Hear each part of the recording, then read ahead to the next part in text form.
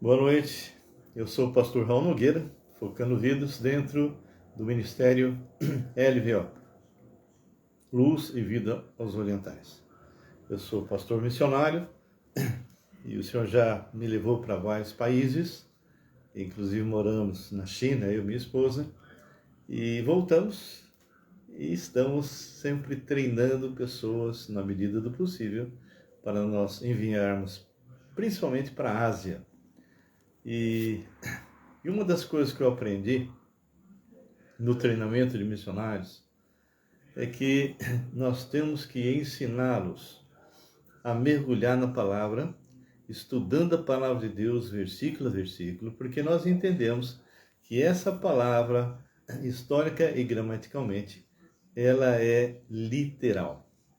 Aquilo que nós lemos é exatamente aquilo que o autor quis passar para nós. E quando eventualmente existem símbolos, como nós vamos ver, esses símbolos são normalmente explicados pela própria Bíblia. Nós estamos estudando a série Escatologia de Daniel. E as pessoas que têm estudado têm sido muito impactados pela palavra do Senhor e por tudo aquilo que está por trás. E nós estamos aqui caminhando em cima do capítulo 7. Continuamos no capítulo 7. Eu vou apenas dar uma lida para recordar o que já foi falado. E hoje nós vamos estar falando sobre a Grécia, ok? Tem muitas informações a respeito de Alexandre o Grande, mas nós queremos realmente que você possa pesquisar também. Entra no Google. E também já falamos com respeito a Ciro, e entre lá também, pesquise, tem muitas informações a respeito, tá bem? Nós vamos estar orando agora, pedindo para que o Senhor continue nos iluminar, continue nos mostrar exatamente o significado do texto e que nós possamos então aplicar isso em nossas vidas, tá bem? Vamos orar. Antes que eu esqueça, se você, vamos supor que precisar sair, interromper, e mesmo aqueles que vão chegar atrasados, eu sei que ele não vai ouvir isso que eu estou falando agora, porque se ele está atrasado ele não vai ouvir, mas aqueles que eventualmente têm que parar, surgiu alguma coisa, não, fica tranquilo, porque normalmente eu, assim que termino, eu já tento passar para o YouTube, Raul Nogueira Canal. E aí você entra lá e procura no playlist exatamente esse tema, Escatologia em Daniel, tá bem? Nós vamos estar orando, pedindo para que Deus esteja conosco e também com algumas pessoas que eu sei que estão doentes. Meu Pai, meu Deus, nós somos muito, muito gratos a Ti, porque juntos podemos trabalhar para o Teu reino. Teu Espírito em mim, nos iluminando, nos levando aos frutos maduros e que nós possamos estar realmente edificando vidas, edificando pessoas.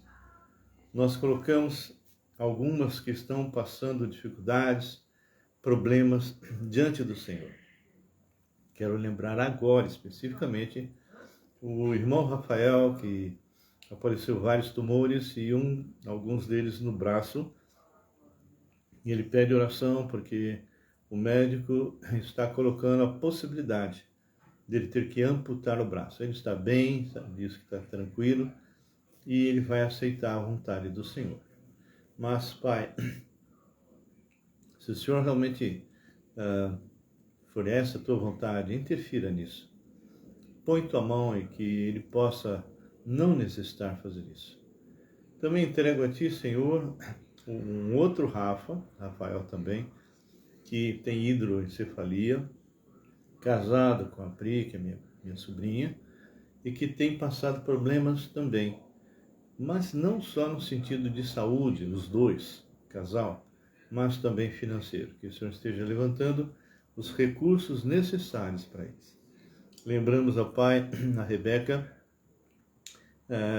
do Evaldo, Senhor, que Tem também, Senhor, sido uma guerreira, ela tem tomado químio e graças ao Senhor, né, os tumores estão diminuindo e creio que ela será curada. Lembro também a outra Rebeca, casada com Gabriel, Gabriel, filho do pastor Paulo. Ela está grávida e está com infecção nos rins, eu creio, na urina, e precisa, Senhor, que ela seja curada e essas coisas não venham atrapalhar a gestação. Lembramos mais uma vez o Sebastião, Senhor, o Davizinho, que o Senhor guarde e cuide essas crianças que estão reaprendendo a andar e falar. Pai, pedimos por tantas outras pessoas que estão passando por dificuldades, problemas, relacionamentos, perda de emprego, Senhor. Pedimos, ó Pai, e agradecidos pela vida do Roberto, da Eliane. O Roberto fez aniversário ontem, que o Senhor realmente o proteja com respeito àquilo, ao trabalho que ele tem. Deus, também pedimos pelo acampamento da IBNA, que todos que estão ali possam estar sendo edificados. Use o pastor Maurício, Senhor, que ele possa estar impactando a vida dessas pessoas através da tua santa palavra. Entrego, Senhor, as nossas igrejas, a Igreja Batista Regular Filadélfia, a Igreja Batista Nova Aliança, a Igreja Chinesa daqui, a Blessing em São Paulo, as outras igrejas chinesas, japonesas, Senhor, os metodistas livres. Quantos missionários, ó Pai, espalhados sobre a face da terra, pessoas que estão distantes, Senhor, que estão longe e necessitadas de Ti. Pedimos, Pai, pelo ministério do Eduardo no Peru, que o Senhor levante recursos e também levante obreiros para trabalhar com ele. Também o ministério, Senhor, da Marisa, do Elias, que estão no Uruguai. Guarda-os ali. Também lembro do pastor Walter, Senhor, toda a sua família ali no Uruguai. Deus, eu sei que há muitos outros. Eu peço a cura, por exemplo, pela minha neta, Camille, que está com um problema no útero, Senhor. Não sabemos se ela vai ter que operar ou não, mas que o Senhor esteja com ela. Também lembramos o Tiago, que foi operado ontem, e espero que esteja tudo bem. Recuperação do irmão Darcy, recuperação do João por completo, João Pedro. Enfim, Pai, entregamos nas Suas mãos cada vida, cada pessoa que estão necessitadas de Ti. Agradecemos pela vida do César também, da esposa, filhos. Guarda-os no Teu amor. Seja comigo agora com tudo aquilo que vamos falar, porque são palavras preciosas, vindas do Senhor. Em nome de Jesus oramos e agradecemos. Amém e amém. Olá, tudo bem, César? Um abraço a todos aí. Bom, abram comigo no capítulo 7 de novo. Nós já expomos Babilônia, também os medo-persas, falamos bastante sobre Ciro e hoje vamos estar falando sobre a Grécia. Mas eu vou dar uma recapitulada, tá? O capítulo é muito rico, olha. Esse capítulo ainda tem muitas coisas para tratar. E depois ainda vamos ter o capítulo 8 e 9, então, uau, né? Muito bem. No primeiro ano de Belsazar, eu já tenho comentado que quando vocês lerem, eu não sei se você está chegando agora, se é a primeira vez ou se você já assistiu também no YouTube, eu sempre tenho reforçado, não se esqueçam, o livro de Daniel não é cronológico. Do capítulo 1 a capítulo 6 é a história, uma série de coisas que aconteceram ali. Do 7 em diante, são coisas que aconteceram no período do capítulo 1 a 6. Capítulo 5, por exemplo, fala da morte desse Belsazar. No capítulo 7, fala do primeiro ano dele. Então, só para vocês terem uma ideia, muitos se enganam, muitos não sabem exatamente até a idade de Daniel na Cova dos Leões, porque não param para ler, para ver qual era o reino, qual era o rei, quantos anos, e por isso que poucas pessoas sabem que Daniel estava na cova dos leões mais ou menos com 82, 83 anos de idade. Então, no primeiro ano de Belsazar, rei de Babilônia, teve Daniel um sonho e visões ante seus olhos. Quando estava no seu leito, escreveu logo o sonho e relatou a suma de todas as coisas. Falou Daniel e disse: Eu estava olhando durante a minha visão de noite, e eis que os 4 ventos do céu agitavam o grande mar. 4 animais grandes, diferentes um dos outros, subiam do mar. Subiam mar, as nações, os gentios. E nós já estudamos alguns deles, mas eu só vou dar uma lida, uma recapitulada rápida, só para vocês lembrarem.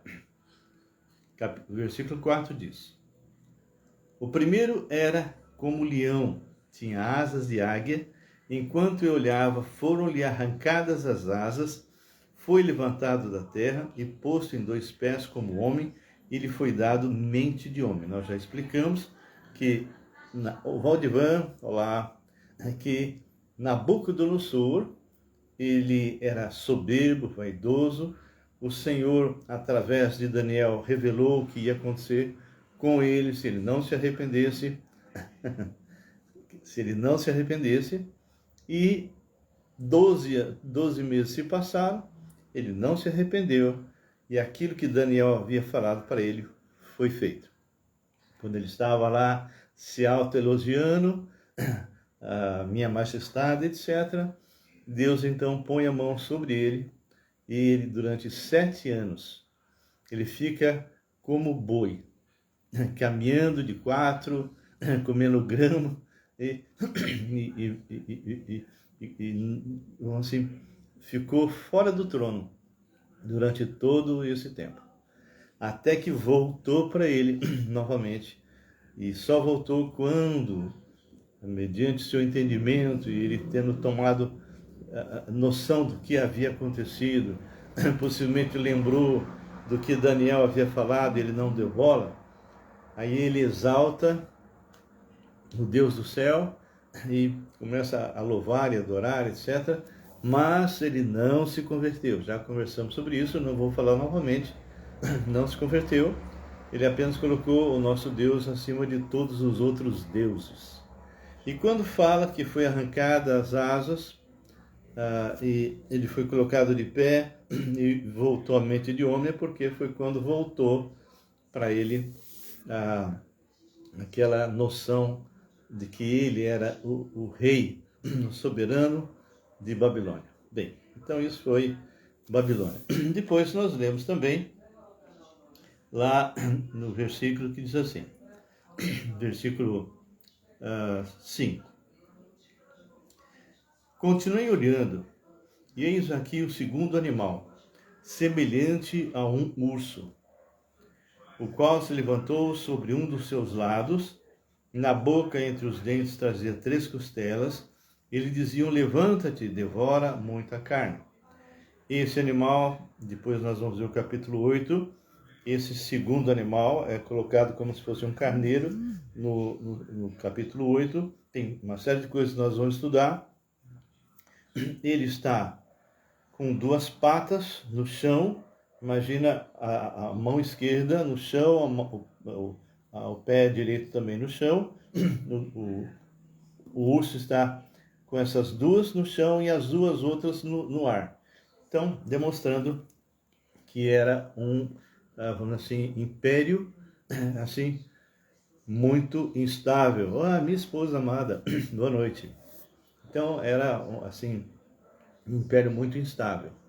E as 3 costelas que estão na sua boca, segundo os estudiosos, são os três vamos assim, países, 3 reinos que ele havia realmente tido o privilégio, vamos dizer assim, de vencer.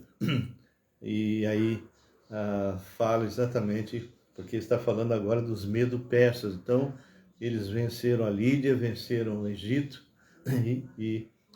vamos dizer assim, a postura dele de 3 e Babilônia, né? Então, Babilônia, Egito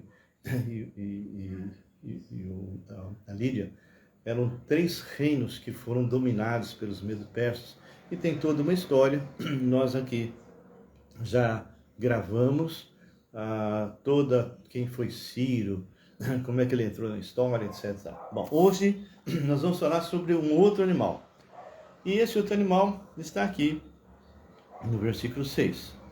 Depois disso, continuei olhando, e eis aqui outro, semelhante a um leopardo, e tinha nas costas 4 asas de ave.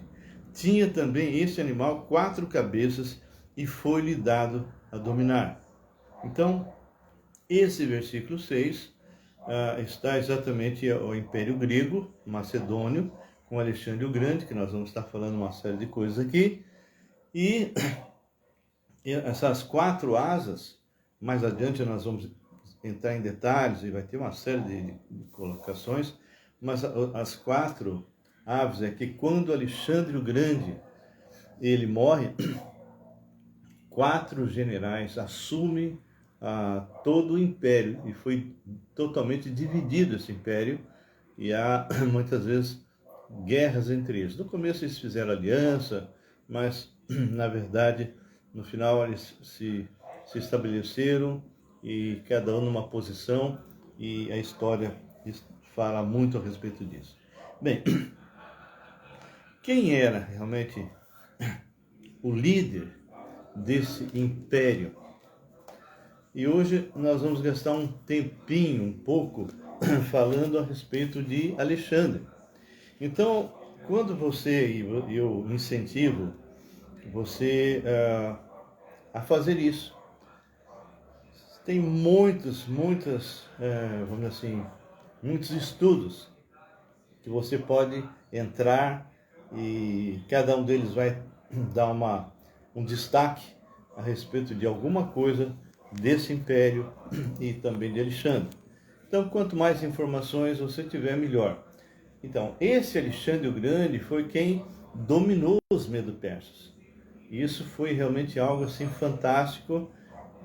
Alexandre, esse império grego, né? Ele está também destacado no capítulo 8, de 5 a 8. Nós vamos estudar depois, quando chegarmos lá. E a figura lá, aqui é de um leopardo, lá é a figura de um bode. O leopardo ele dá aquela visão de rapidez. Então, Alexandre era realmente muito rápido para alcançar a presa, alcançar os lugares que ele tinha que dominar. Bem, vamos falar um pouquinho a respeito então. Esse império que é colocado aqui no capítulo 7 como leopardo e no capítulo 8 como um bode, era um império que se estendia da Grécia até o Egito. Era enorme. Passava inclusive pelo Irã, Afeganistão e chegava até a Índia. Olha o tamanho. É claro que o seu pai, Felipe, que foi um grande conquistador também, tanto é que se você lê a Bíblia e lê Filipenses, é da cidade de Filipe, que foi exatamente uma cidade que foi dado esse nome em homenagem a Filipe, né? Que era o pai de Alexandre. Então, a Grécia tinha uma extensão muito grande. Alexandre, que foi chamado Grande, parece até uma coisa engraçada, ele era baixinho, muito baixo mesmo. Olá, Kingston, tudo bem? Olá, Oscar. Ele era baixinho. Numa das investidas dele no Império Persa, por exemplo, quando eles entraram e dominaram, e Dario II fugiu, numa das vezes, porque eles tiveram várias lutas, né? Ficou lá a esposa dele, filhos, né? E o Alexandre, ele tinha um amigo mesmo, de muito tempo, né?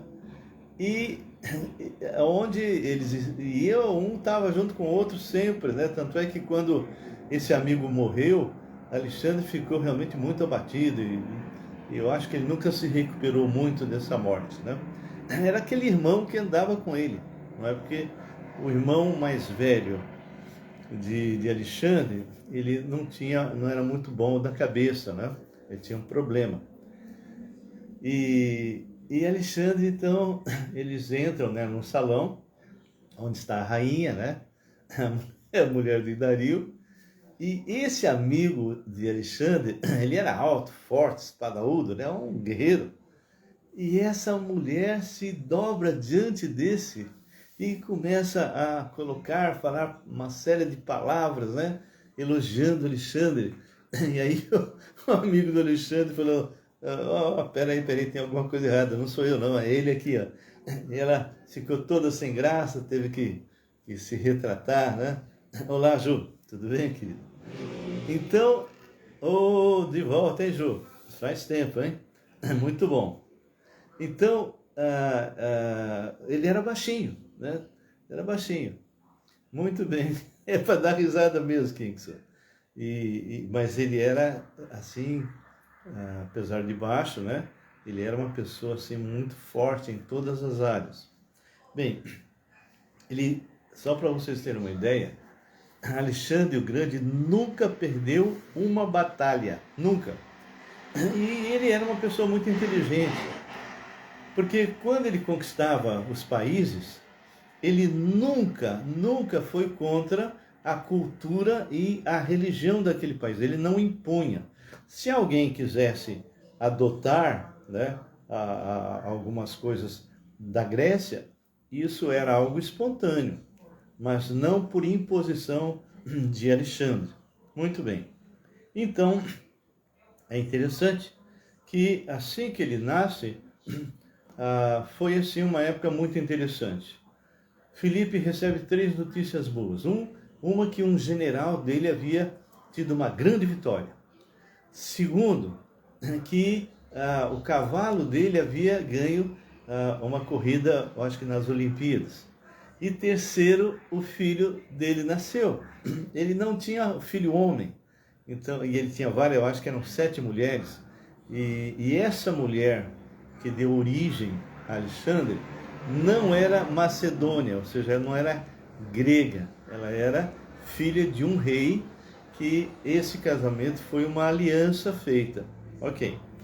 Então, ela significa que o próprio Alexandre não era um macedônio por excelência, ou seja, os dois, pai e mãe, não eram nascidos ali. Então, isso era algo que chegou a ser uma espécie de uma certa ameaça para que ele não assumisse o trono, mas ninguém conseguiu resistir. Muito bem. Esse garoto, ele teve três homens que foram importantes na vida dele desde que nasceu. Filipe começa a preparar o filho para ser o seu substituto. Então, teve aquelas pessoas que eram aqueles professores que lhe estariam ensinando, não é? E um deles, que vamos dizer assim, foi bem importante, foi um filósofo, ok? Nós vamos falar sobre isso depois, mas o que acontece é que esses 3, eles tiveram uma influência muito grande no crescimento, né, desse futuro guerreiro, né? E ele, vamos assim, ficou com esses 3 até mais ou menos 13 anos. O último foi exatamente Aristóteles, o filósofo famoso. E o que foi feito? Para ele realmente ser o instrutor, isso é uma coisa importante. Alexandre, olá, Juliana, de novo, Kingston, graça a todos, eu espero que eu esteja sendo bem claro no que eu estou falando. Mas, veja bem, isso que eu vou falar é interessante. Alexandre, ele era uma pessoa que foi ensinado na cultura, ele respeitava escultores, escritores, filósofos, não é? E esse específico, Aristóteles, vamos dizer assim, a terra natal dele tinha sido arrasada. Filipe havia entrado lá e acabado, né? O Alexandre tinha acabado com aquela cidade. E foi feito então um acordo entre Aristóteles e Alexandre, que ele, para ser o tutor, vamos dizer assim, o instrutor de Alexandre, Filipe fez um acordo que ele reconstruiria toda a cidade, ou seja, aquilo que Filipe havia ido lá e rebentado, acabado com aquela, né, transformou muita gente em escravo, não é? Então, Aristóteles faz um acordo com ele e diz, tá bom, eu vou cuidar de Alexandre, mas você tem que reconstruir a minha cidade. E foi feito isso e foi muito legal. E Filipe, ele começa, vamos assim, a ser ensinado, e quando chega, ele começa com 13 anos mais ou menos, quando ele chega com 16 anos, cessa o ensinamento de Aristóteles. E ele passa a realmente agir já como um homem. Ele já começa a substituir o pai. Quando o pai saía para a guerra, poucas vezes ele viu o pai, mas quando o pai saía para a guerra, ele ficava no lugar, ele era regente, ele teve algumas vitórias já, e como eu disse, ele nunca perdeu uma guerra. Com 16 anos ele se torna general. Já parou para pensar nisso? General com 16 anos. E depois, quando chega a 20 anos, Filipe foi assassinado por um dos seus guardas especiais. Alguns falam que fazia até parte da nobreza, e ele foi, acho que apunhalado pelas costas, se não me falha a memória. Ninguém nunca ficou sabendo quem mandou fazer isso e por quê. Alguns historiadores levantam a hipótese que tenha sido Olímpia, que era a mãe de Alexandre, para que o Alexandre pudesse assumir a sua posição como rei o mais rápido possível. Bem, isso a gente não pode dizer. Outra coisa, a gente começa a ver a história de Alexandre e ele acaba, vamos dizer assim, não apenas se destacando na história por ser um grande guerreiro, um estrategista. Olá, Oscar. Não, ele acaba se colocando também como alguém, um dos responsáveis pela aproximação da cultura ocidental com a oriental. E a influência dessa cultura surge então uma cultura helenística, que é sentida até os dias de hoje, ou seja, a influência grega na história da humanidade. Então, o Alexandre, ele teve também um papel muito importante através disso. Ou seja, ele era alguém que prezava a cultura, os escritores, os historiadores, os pintores, ou seja, ele era uma pessoa que foi instruído desde pequeno em matemática, em ciência e nas culturas diversas, medicina, mas a gente vê que a influência dele foi de uma forma geral. Quando ele ainda era bem jovem, bem adolescente, surgiu alguém querendo vender um cavalo, que o nome foi dado por ele de Bucéfalo. E por que Bucéfalo? Porque o cavalo tinha cabeça tão grande que, então, é como se fosse um cabeça de boi, né? Daí Bucéfalo. Bem, isso é palavra grega. Mas, de qualquer forma, ninguém conseguia montar esse cavalo. Um cavalo muito bravo. E ele ficou observando, né? Alexandre ficou observando o cavalo, porque o que estava acontecendo, e ele percebeu que o cavalo parece que ele tinha medo da sua própria sombra. E aí ele começa a colocar o cavalo fora da visão da sombra, e aos poucos ele foi tratando, né, domesticando e domando esse cavalo, e ele se tornou o cavalo dele em todas as batalhas. Era um cavalo fantástico, né? Bucéfalo foi fantástico, até o momento que ele morreu. Mas Alexandre o Grande realmente usou essa montaria por muitos e muitos anos, e era realmente, fazia parte da sua história, vamos dizer assim. Bem, outra coisa importante, a parte da guerra, estratégia. Havia o que era chamado de falanges gregas, que era uma formação militar quase que impenetrável. Mas eles montaram uma outra estratégia que foi assim, que era, assim, eles usavam lanças de 7 metros, lá, Roberval, 7 metros. Então, eles andavam com essas lanças de 7 metros e atrás outras também, ou seja, quem vinha atrás tinha que ficar com as lanças levantadas. Olá, Eduardo, tudo bem, meu querido? Nós já oramos por você, hein? E vamos assim, o adversário não conseguia se aproximar.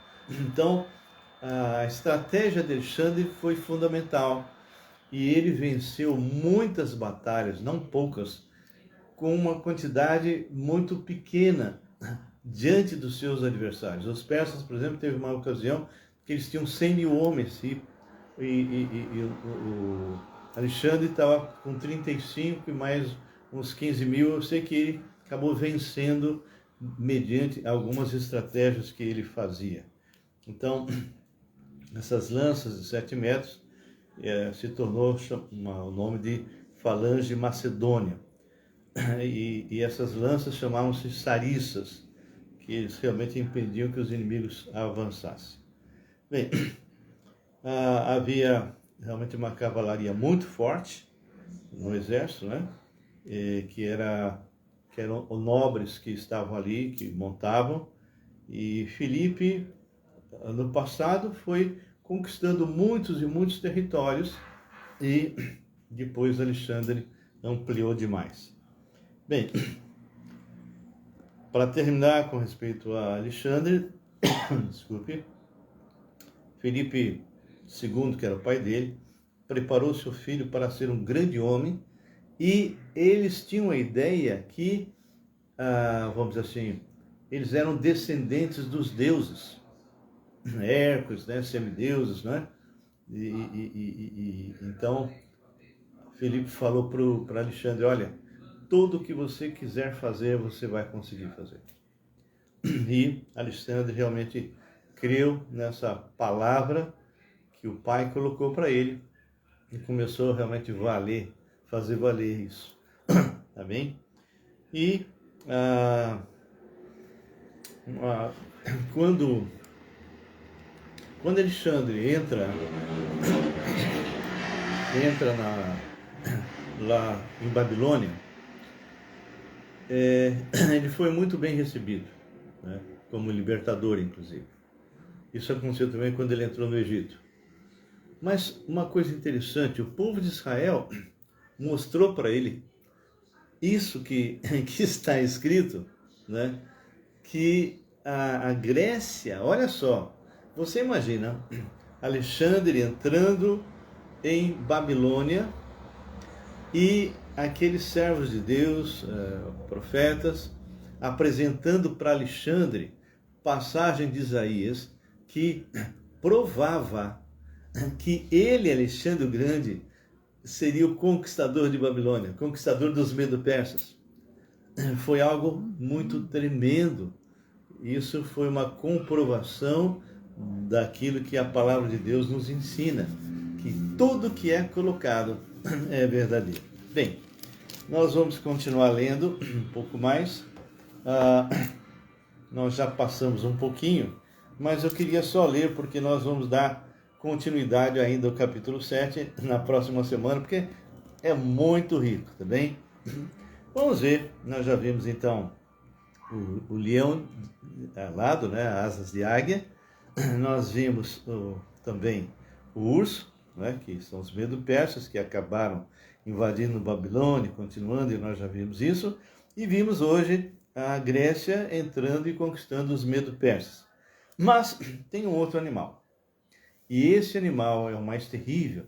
Se nós lembrarmos lá aquela estátua de Nabucodonosor, onde a cabeça era de ouro, representando Nabucodonosor, depois vinha toda essa parte aqui de prata, que eram os medo-persas, depois bronze, que eram os gregos, e finalmente os romanos. Olá, André, tudo bem? Olha só o que vamos ler a partir do versículo 7.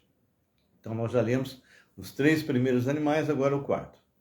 Depois disso, eu continuava olhando nas visões da noite, e eis aqui o quarto animal, terrível, espantoso e sobremodo forte, o qual tinha grandes dentes de ferro. Ele devorava e fazia em pedaços e pisava aos pés o que sobejava. Era diferente de todos os animais que apareceram antes dele. Tinha 10 chifres. Aqui já está falando sobre Roma e o sistema romano que vai se estender até a época do anticristo. E 10 chifres.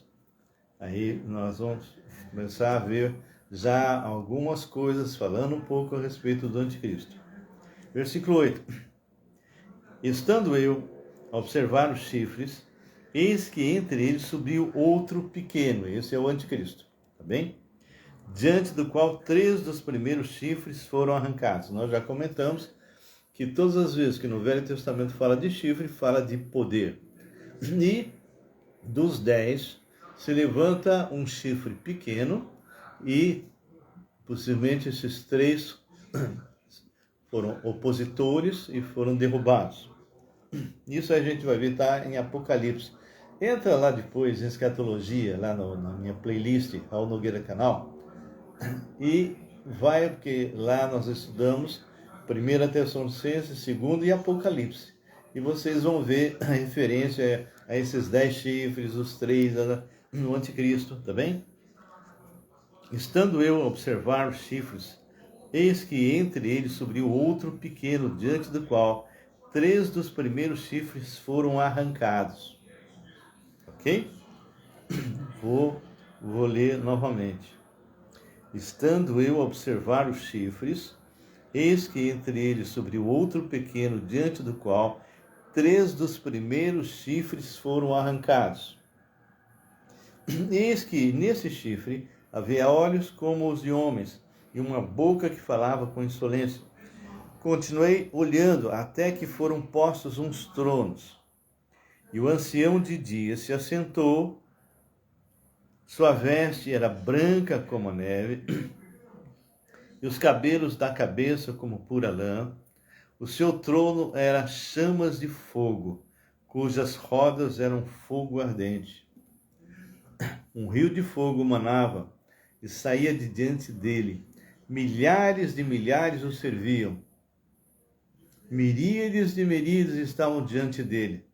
Imagina de quem que está se falando aqui, hein? Dá um passeiozinho em Apocalipse que você vai descobrir. Assentou-se o tribunal e se abriram os livros. Então estive olhando por causa da voz das insolentes palavras que o chifre proferia. Estive olhando e vi que o animal foi morto. Ou seja, se vocês lembram, a última etapa que está na figura, né, naquela estátua de Nabucodonosor, começando por Babilônia, depois Medo-Persa, Grécia e Roma seria ferros, né, as pernas de ferro e os pés e ferro e barro, e depois disso vinha uma pedra enorme, que não foi cortada por mãos humanas, e essa pedra então vem e arrebenta, derruba todos os impérios lá de cima e vem caindo tudo. E aí essa pedra era Cristo, e ele então implanta o seu reino milenar. Bem, então só lendo que eu vi, né? Vi que o animal foi morto e o seu corpo desfeito entregue para ser queimado pelo fogo. Quanto aos outros animais, foi-lhe tirado o domínio, todavia foi-lhe dado prolongação de vida por um prazo de um tempo. Eu vou fechar aqui. Eu estava olhando das minhas visões da noite, e eis que vinha olha só, com as nuvens do céu, um como filho do homem, e dirigiu-se ao ancião de dias, e o fizeram chegar até ele. Foi-lhe dado domínio e glória e o reino para que os povos, nações e homens de todas as línguas o servissem. E o seu domínio é domínio eterno, que não passará, e o seu reino jamais será destruído. Então nós vamos comentar a partir da sexta-feira que vem. Vamos estar falando sobre esse quarto animal e o reino aí de Roma, não é? E o sistema romano, porque na verdade isso que eu estou falando, ele transcende Roma e vem, e ali é o sistema, um sistema com todos os requintes de Babilônia, né? Tanto é que Roma é chamada de Babilônia. E esse sistema perdura até os nossos dias. Mas nós vamos estar comentando a respeito. O capítulo 7, para mim, é muito forte. E eu desafio vocês a lerem o capítulo 7 e depois nós vamos estar estudando o capítulo 8. Tá bom? Que Deus abençoe. Espero que vocês tenham se sentido motivados a continuar a ler as Escrituras e principalmente estudar Daniel, escatologia em Daniel. Leia, marque, estude, faça perguntas. Eu estou aqui para isso, e se você não quiser perguntar aqui, pode escrever para mim, não é? Lá no WhatsApp, 11 999 11 5272, e eu vou ter o prazer de responder as suas perguntas, tá bem? Espero que realmente tenha sido um estudo relevante e que Deus possa agir poderosamente na vida de vocês. Compartilhe isso aqui, compartilhe se você gostou, compartilhe, coloque nas suas redes para que outras pessoas possam ver, possam assistir, e comente, não é? Quando eu colocar também no YouTube, Raul Nogueira Canal, entra lá, se você não está inscrito, se inscreva, ok? Comente, é muito importante os seus comentários, para que o Google possa entender que aquilo que nós estamos falando é relevante, e aí compartilhe, tá bem? Nós agradecemos muito aí a presença de cada um de vocês, que Deus possa abençoá-los. César, boa noite, Deus abençoe muito você, César, e você é alguém que tomou uma atitude muito boa, gostei muito, tá bem? Fiquem na santa paz do Senhor. Senhor Deus e Pai, nós colocamos a vida de cada um desses que estão aqui e aqueles que vão entrar também diante do Senhor, que o Senhor os guarde, os proteja, aqueles que estão passando por lutas espirituais ou físicas, psicológicas, que o Senhor esteja agindo. Põe tua mão de poder, Senhor, sobre essas pessoas, abraça-os, Pai, que eles possam experimentar a tua presença, em nome de Jesus. Amém e amém. Que Deus abençoe muito vocês.